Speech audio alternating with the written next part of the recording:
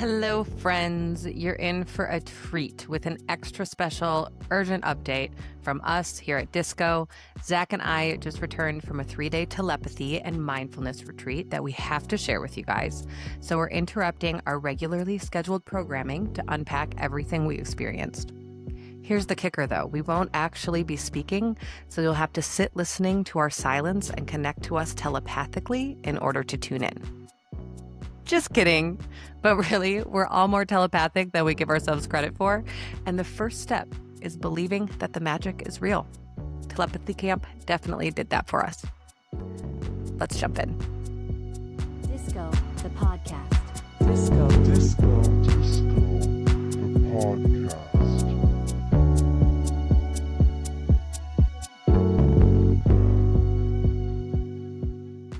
Well, hopefully this is good. I think it will be. Hi. Start that again with no I can take it off. Sure. Hi. Hello. Do that again. Just don't sound as weird. Okay. I'm just kidding. I'm giving you shit now. Hi. All right, I gotta settle in. Well, welcome. We are fresh off of Telepathy Camp. I guess before we get into talking about what we experienced and how it affected us, let's talk about why we went to Telepathy Camp, how we found Telepathy Camp. And I think even in a previous episode, Adam mentioned a community that we're a part of, and that is the jumpsuit community. And we actually discovered the jumpsuit community through the Telepathy Tapes podcast. Which if you haven't listened to that, turn us off and immediately don't come back until you've listened to the Telepathy Tapes. Everything we're talking about is going to be made a lot richer by that experience. If you haven't heard about it, just briefly, there's a lot of research starting to emerge from the autistic community, nonverbal autistic children and people. For decades, people thought there was nobody in there, but it turns out they are in there. Not only are they in there, they have telepathic abilities. They can speak to each other nonverbally, and they can be telepathic with caregivers. So super interesting, super fascinating research on emerging spiritual technology. We were listening to that, and we never pay attention to any ads in podcasts at all. We're going to have ads here soon. You're probably not going to pay attention to them. That's fine. But We urge you to pay attention to them. the sponsors will be happy. Nobody. But we paid attention to this one. We did, yes. It struck a chord. Jumpsuit community, and we will link to it if anybody's interested in joining, because it's a wonderful community of like-minded weirdos that have an interest in all of these things: spirituality, consciousness, telepathy. I mean, it goes on and on and on. There's a deep well of things that this community discusses. We are all a part of a Discord that is all always lighting up, full of conversation. And then in addition to that, there are retreats, one of which we went on just this last week was Telepathy Camp. And through the Telepathy Tapes podcast and conversations with these autistic nonverbal people, there is coming to light the possibility that we're all very capable of communicating with each other without the use of our mouths. So we set out on a quest with about 30 individuals to see what we could discover about telepathy and how we could connect with each other telepathically. Yeah, it was kind of a whirlwind. I'm not going to lie. I feel like I'm still very tired. I'm pregnant, so naturally I'm a little bit more tired, but I feel like since we've been back, I've been especially exhausted. because just like energetically it takes it out of you. But it was amazing. It was a really wonderful experience. So yeah, we got in on Tuesday. There was an opening, not really like a ceremony. It was just like a gathering of everybody talking about why they're there, which We still had to talk verbally at this point. we did. There By were the end, not a word was said, but so much was said.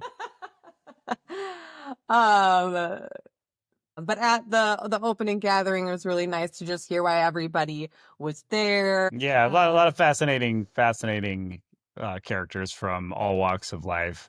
I know some of you are listening. Love you.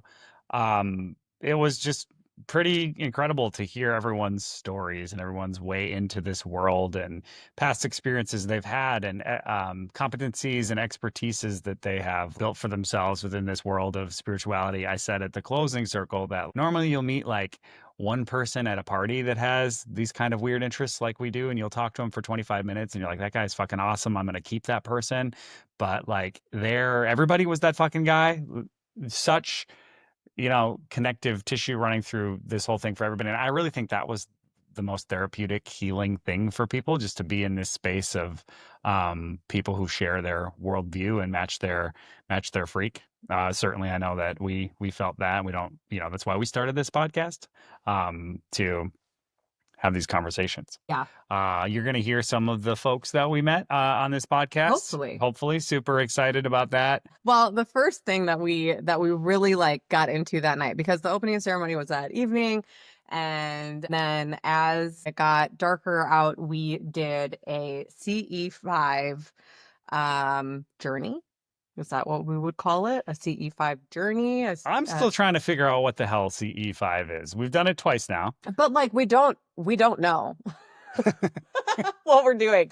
Top line, it's a type of meditation to help you make contact with aliens, whatever that means to you. Extraterrestrial, multi-dimensional beings. You think aliens and you think aliens, but it's supposed to be a very wide spectrum of multi-dimensional beings. Having done it twice now, I really can't tell you the difference between that form of meditation and really any other form of meditation. So it felt like a group meditation. I think the difference is in the intent, like casting out the intent to make contact. Which is a big deal. Intent is powerful. Yes. And the organizer guy who led us in there. Shout out, Jordan. You're great. And he said, you have this container of people. In his experience, if you do this repeatedly, like, day 1, day 2, day 3 with a group of people, you start to get more powerful, profound weird things happening, the more consistently you engage with it. But we only did it for one night. It was at the end of the first night, and both you and I could not sleep like after that. Yeah. It was a really powerful, like, I wasn't contacted by any aliens personally, but it was like turned out to be a really profound, emotional experience for me. Like, brought up a lot of wonderful meditation, I would say. Like, we all had headphones in. Most of us had headphones in. And we were listening to binaural music. So music that's meant to activate, on both sides of. That's what it's doing? Yeah. Okay. Mm-hmm. And I think it's also like auditorily, like bilateral music as well.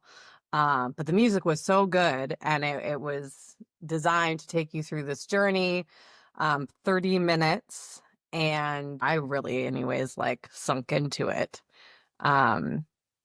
Curious to hear your experience of the meditation. Yeah, the advice that Jordan gave us was to match the frequencies that you are hearing, whatever that means. But I did that, you could really feel sort of your inner frequency and your inner vibration coming in alignment with what I was hearing. And like that actually really, I don't know, I felt like my whole body got activated. I know that doesn't make any sense, but like there was just like a humming, I felt like my energy uptick, and I focused a lot on this baby we're expecting. Actually, we're all laying in this meadow, and so I was like zooming up, looking at us all there, looking down, and like concentrating on Michelle, and then the baby inside of Michelle. And so it surfaced a lot of like family stuff for me, and like a lot of like dynamics that we've been talking about leading up to this. And so that was a little bit unexpected. It was kind of a half hour that flew by, actually. You know, and sometimes you like, I got to sit down and meditate for a fucking half hour. Like that's not always easy, but this one was just flew by. Laying down helps too. I think we were all laying down. Yeah. Yeah. And I had a blindfold on, which was cool sometimes because I could like open my eyes and still see nothing, you know? I would do that sometimes. That was nice. Yeah. Yeah. My experience was similar with meditation. I mean, I don't know that I focus so much on our family. I love to hear that. But I actually did experience some inexplicable, I don't, sensations, that wouldn't even be the right word, but towards the end, I did experience what I thought were flashes of light, almost like, somebody's waving a flashlight in front of your face while your eyes are closed in the dark. And I would open my eyes when that would happen to respond to, I don't know, what's going on in front of me. Nothing was there. But that happened twice. And then this is, I swear, but I had my hood up. So I was like kind of enclosed within my hoodie. And I swear I felt like, like pressure on my face briefly. And it freaked me, like enough to like really freak me out. And I was like, are we making contact?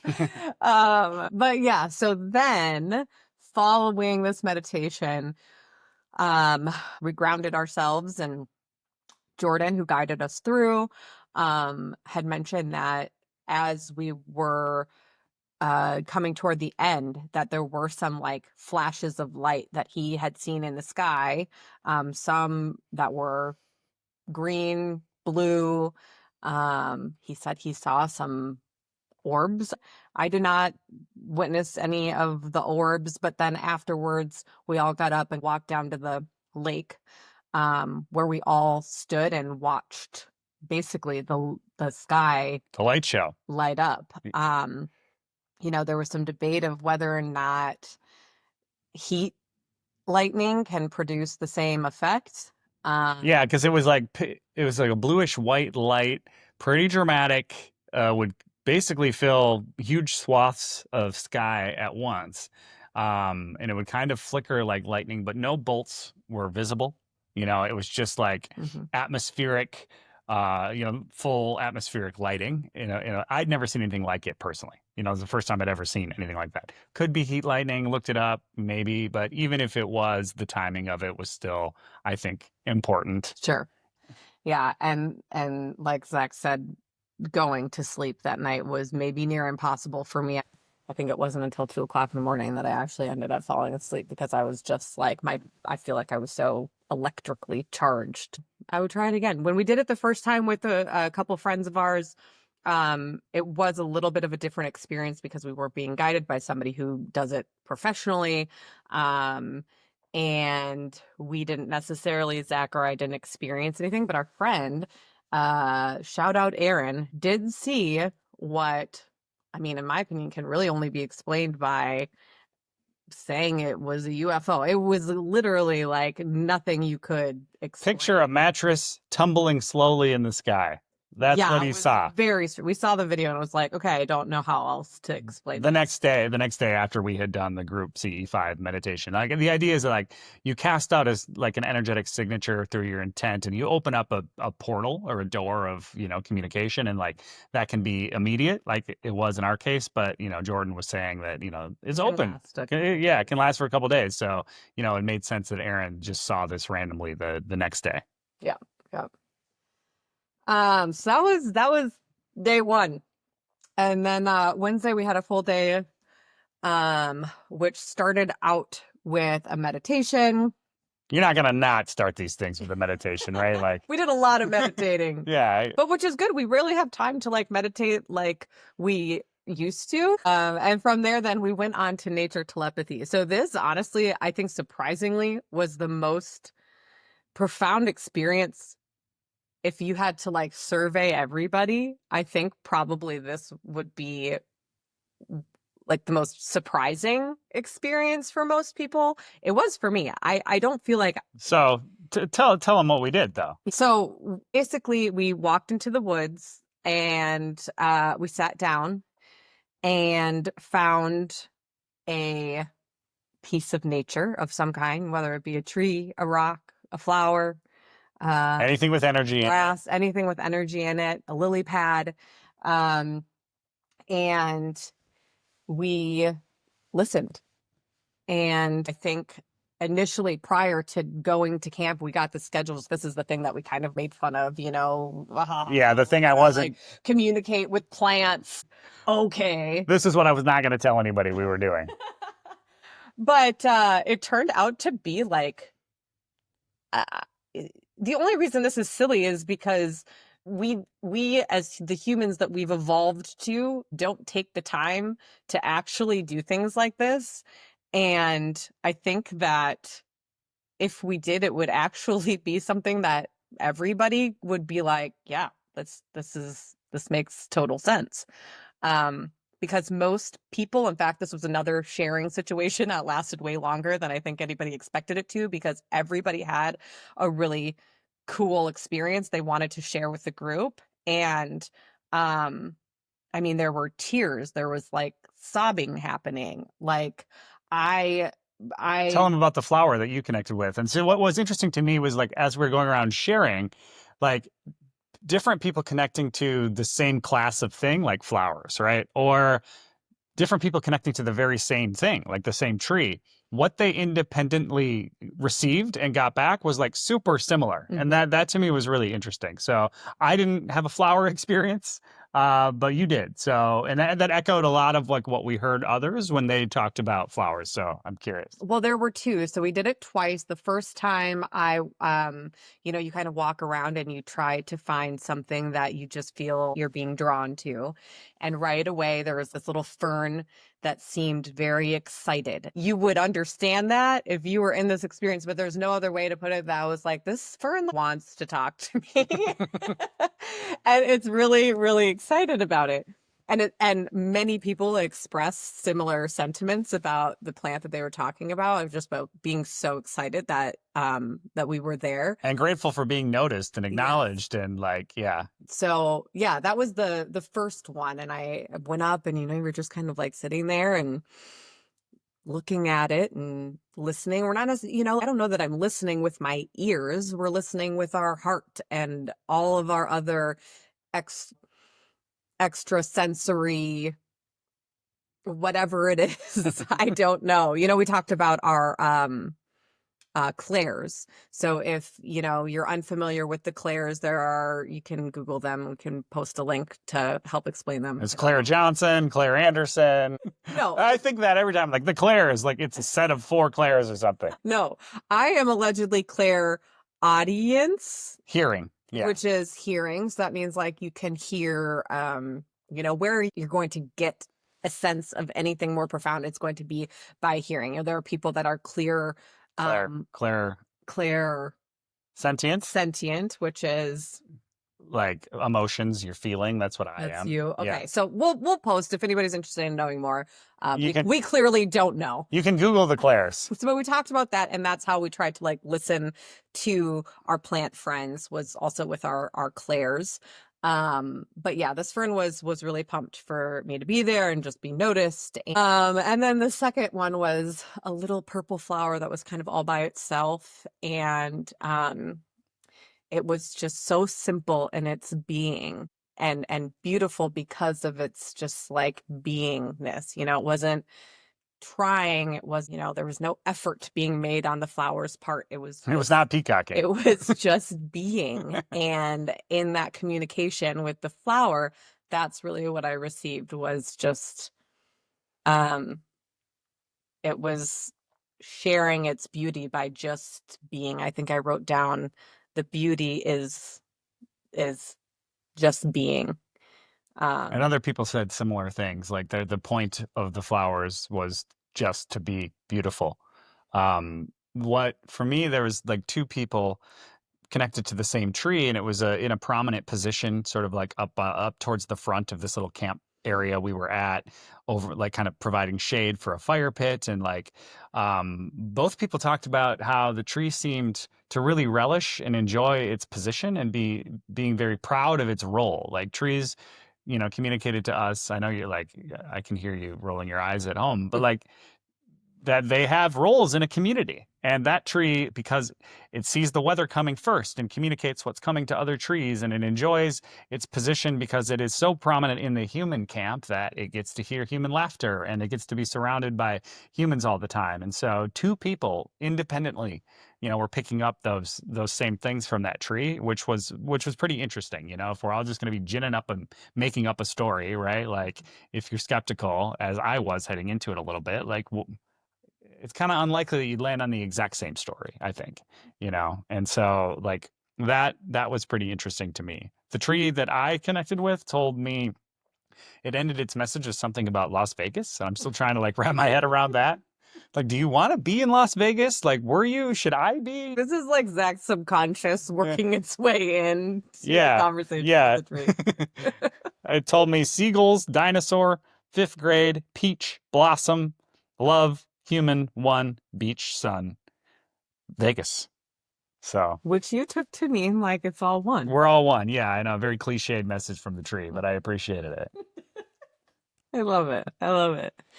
Yeah. I think that if anything, this exercise taught me to just take more time with nature and actually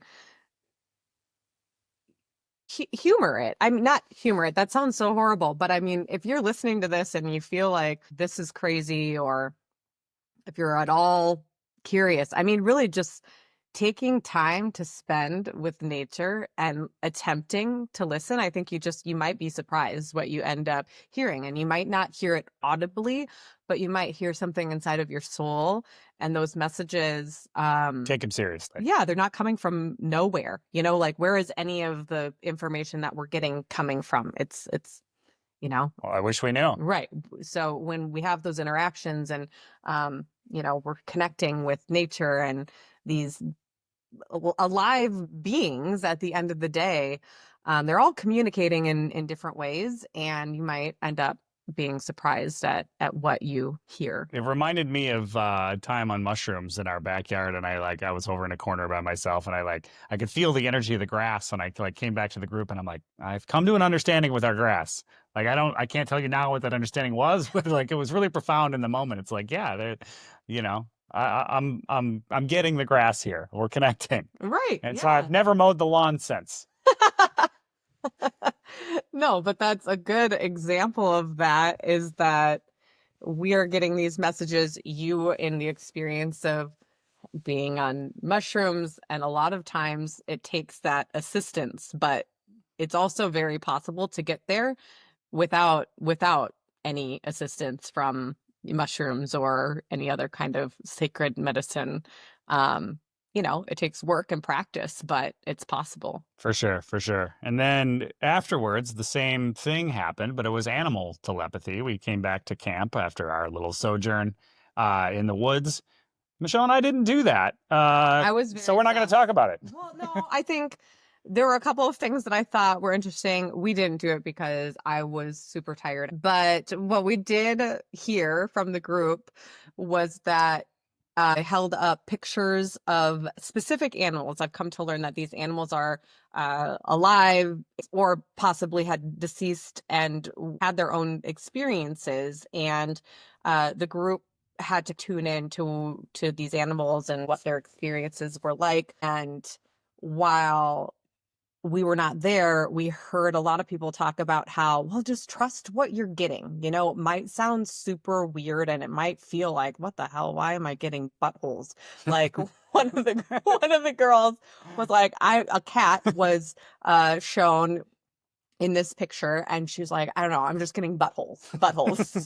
And she was brave enough to say that. I mean, I can't say that I would be brave enough to, like, if buttholes kept coming in my brain, I'd be like, I'm not going to say this out loud, but she was brave. That's my daily experience. And this cat ultimately had something going on with its butthole. I can't remember the full story.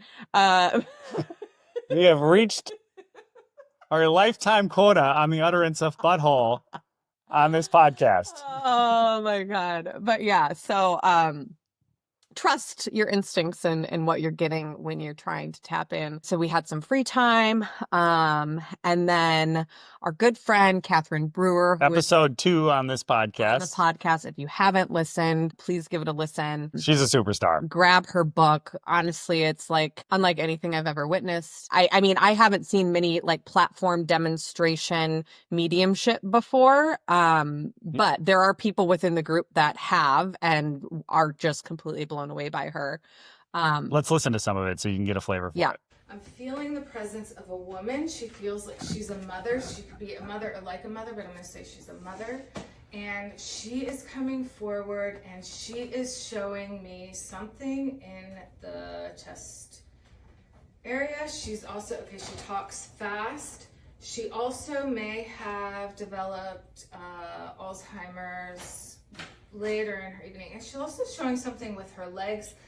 She may have had poor circulation in her legs, and she's showing like her legs feeling thick and wearing shoes that help to support her circulation or help support her standing. So let's see what else I'm getting from her. I feel as if she wore glasses that she felt expressed her personality. So she may have particularly liked to pick glasses that were a bright color or had a different shape, unusual shape to express her personality. Does anyone recognize a mother, grandmother in spirit that matches this description? Okay, thank you. Can you tell me your name again? Andrea. Andrea, okay.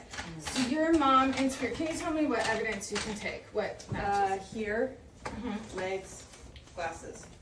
Okay, and mother in spirit. And mother. Okay.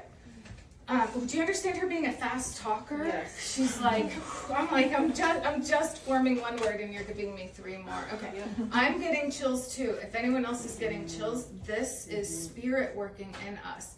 And I believe that as much as spirit is trying to use me to communicate with you all, spirit's also working with Andrea so that she recognizes her mother and working with all of us so that we can feel energy in this room.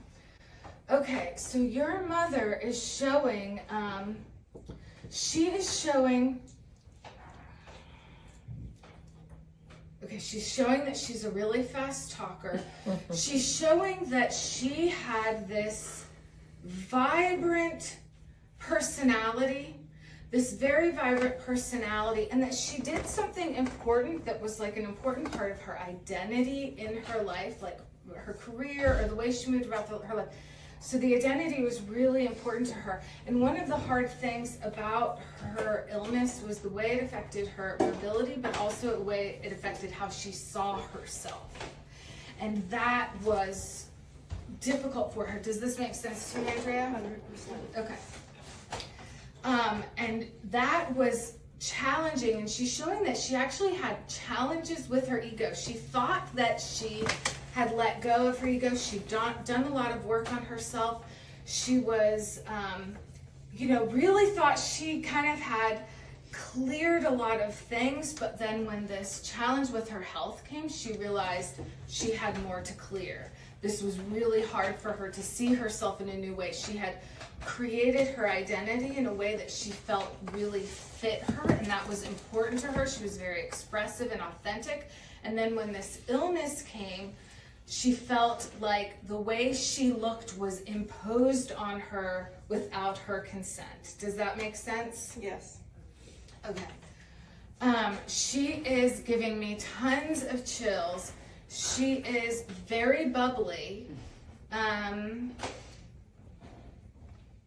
Let's see, she is... Okay, I'm asking her now. So then what I do... Okay, so... I forgot to explain the clairs that I'm using. So let's see, with the glasses, that was clairvoyance. I could see her glasses. I could also see her legs. With the stomach, I could feel it in my stomach. That's clairsentience. With her personality, it's a knowing. I feel like I'm her. it's like just that download knowing. So I guess it's a combination of the knowing and the clairsentience. And now I'm talking to her in my mind. So this is like telepathic, I guess, with spirit. And I'm asking her, what do you want to say? Why are you here? Why are you showing up?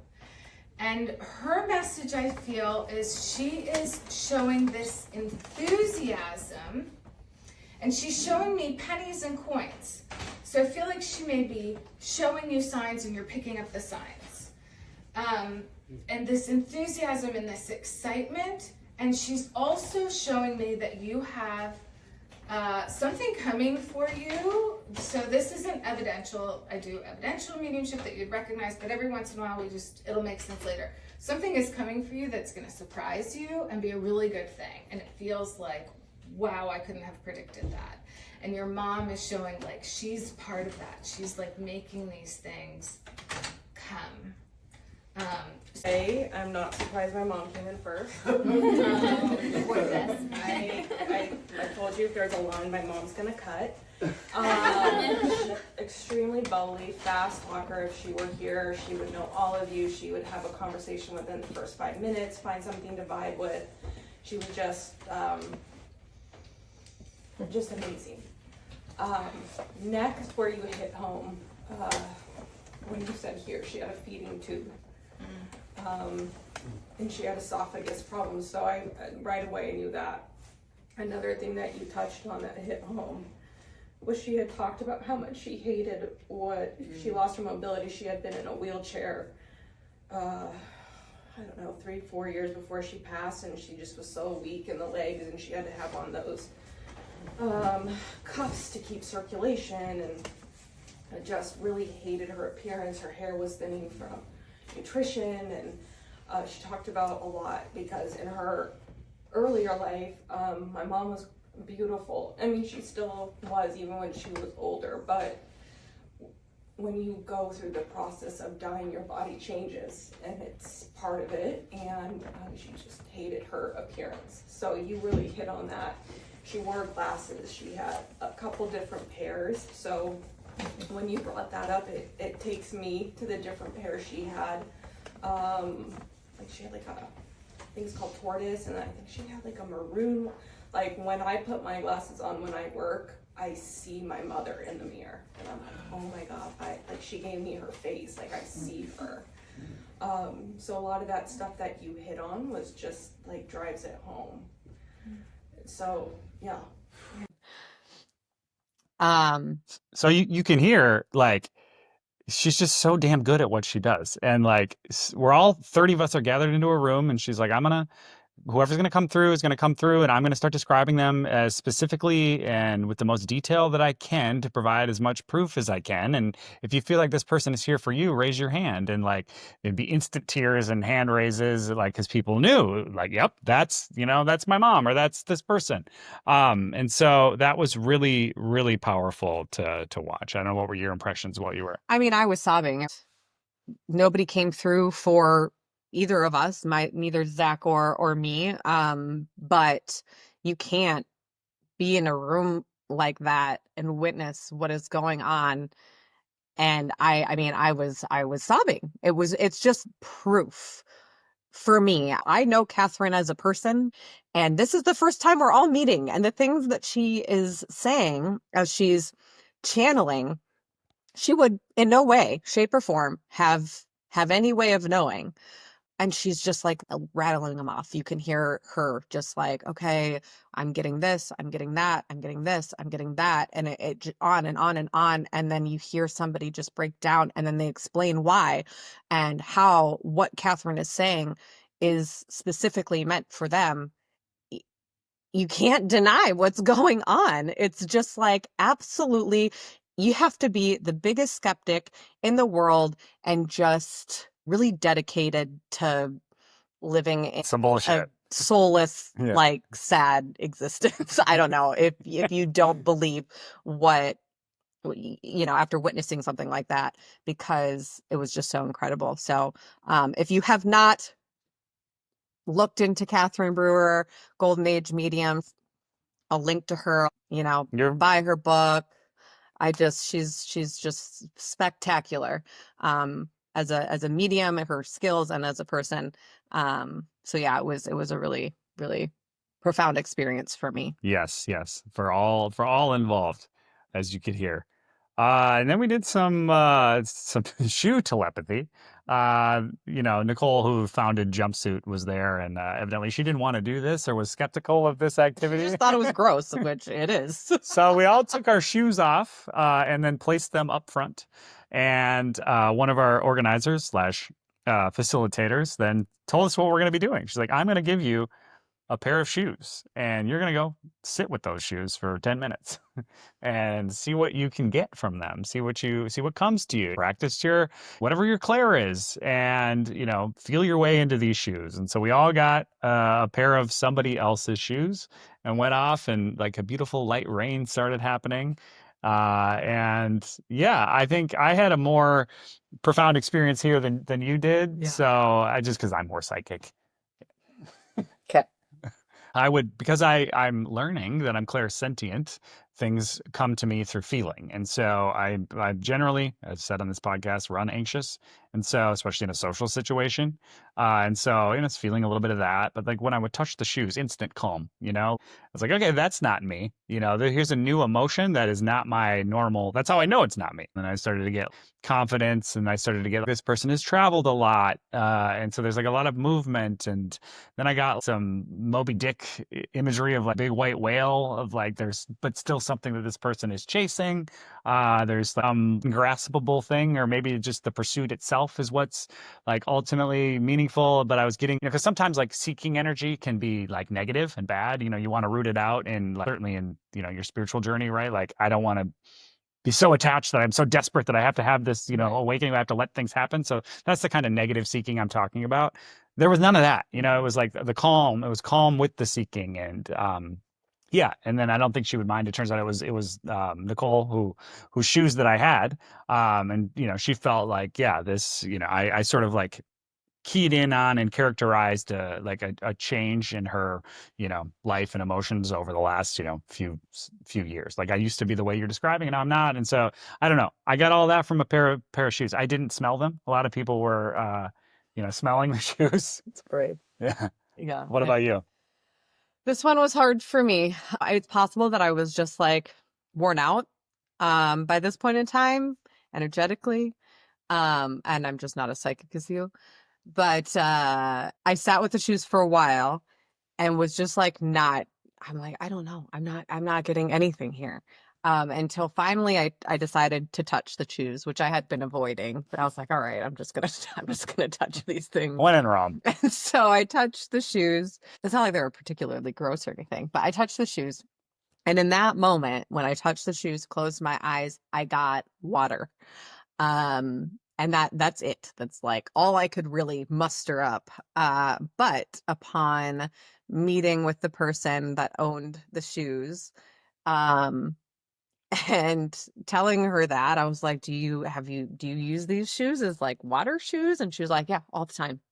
And they didn't look like water shoes in your defense. No, and yes, to be clear, it wasn't like these are obvious water shoes. They were just like sandals. They look like normal kind of sandals.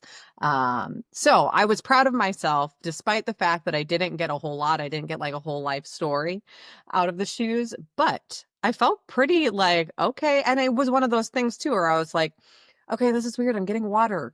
Should I say that out loud? Because it seems weird to me, but I don't know. Maybe it's not weird. So I'm gonna say it and trust it. And turns out she used them for water shoes all the time. So yeah. And for me, the woman who read my sandals, my shoes, like, it was wild, man.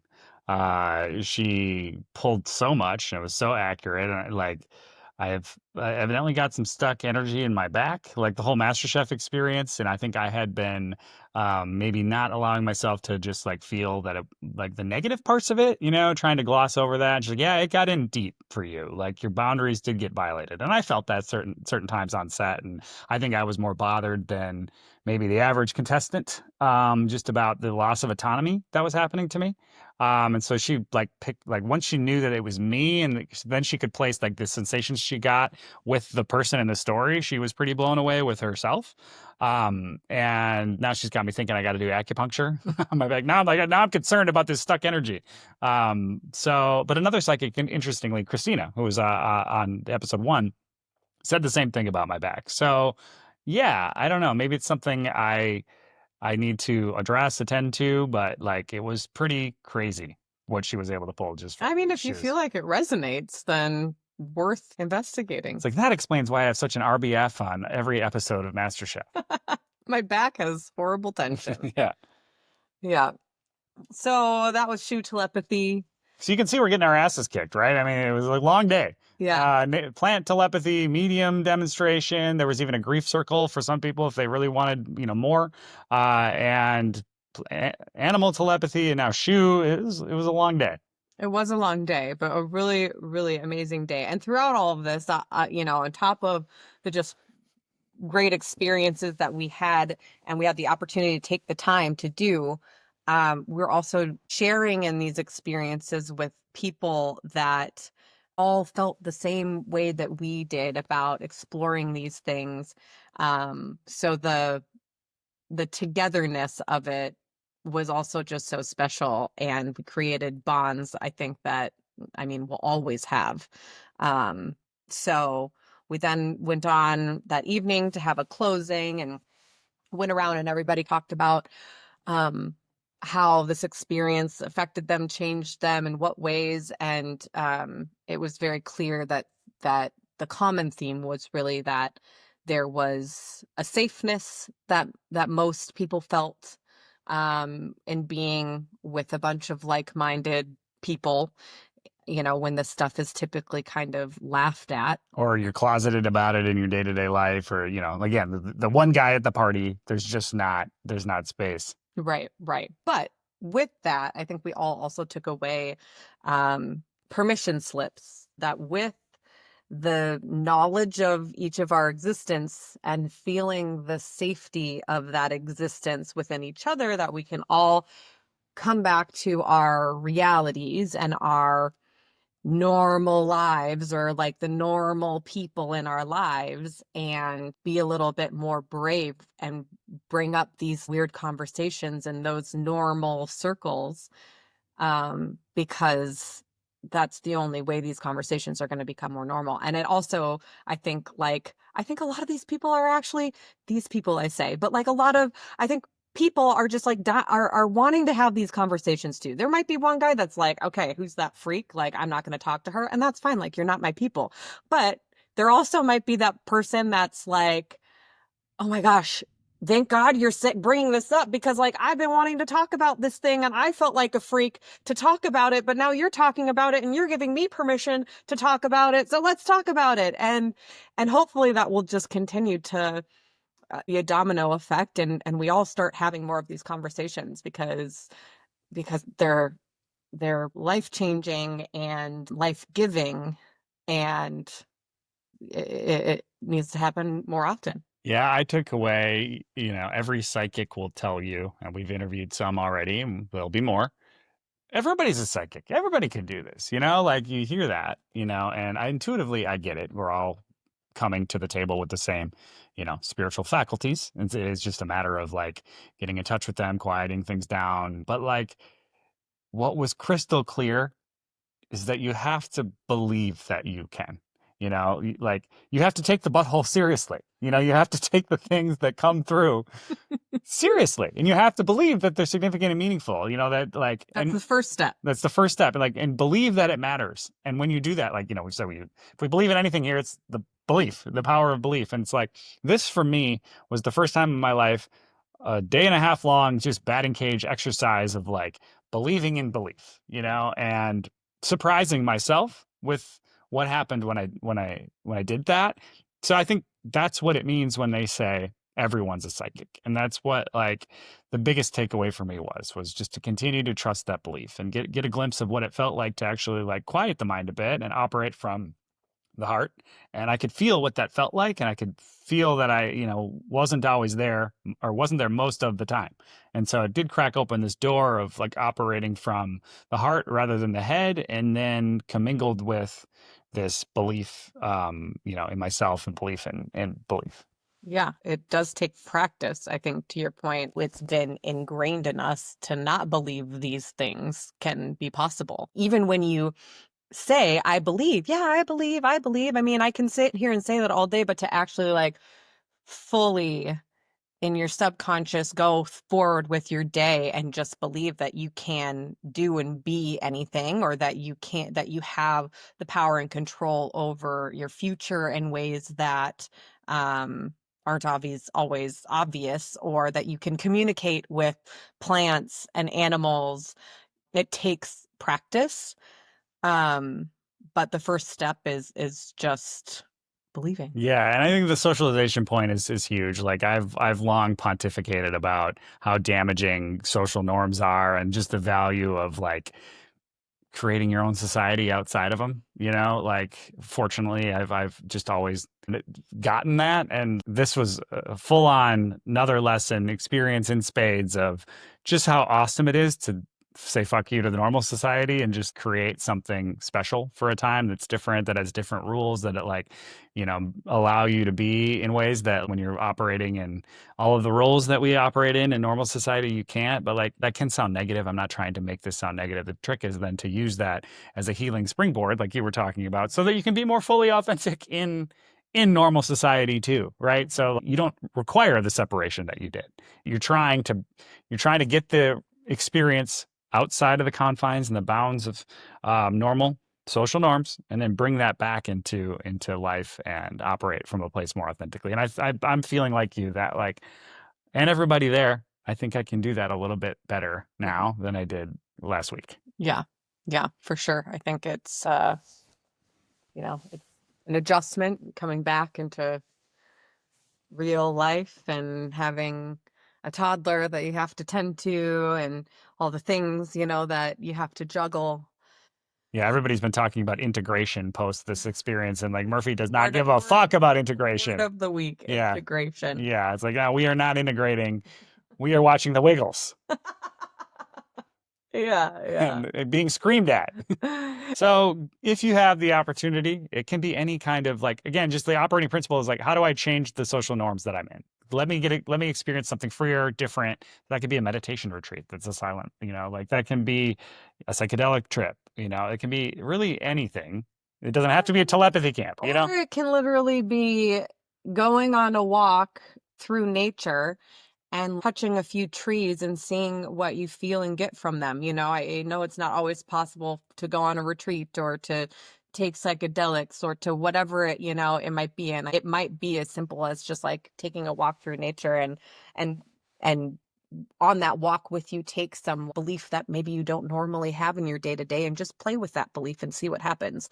And then, one foot in front of the other. It doesn't all have to happen at once. But yeah, it was a really, really wonderful week. I think the people made it. A massive thanks to Nicole, who is the founder of Jumpsuit. We'll have her on it at some point in time. Yeah, I think that's it. Thanks. Sums it up. Yeah, sounds to the extent one can. Right. We covered a lot. Thanks for coming on this journey with us. Check out the links, because Yeah. there's a lot we talked about. We'll try to link to everything. And we'll, catch you next time. All right. Peace.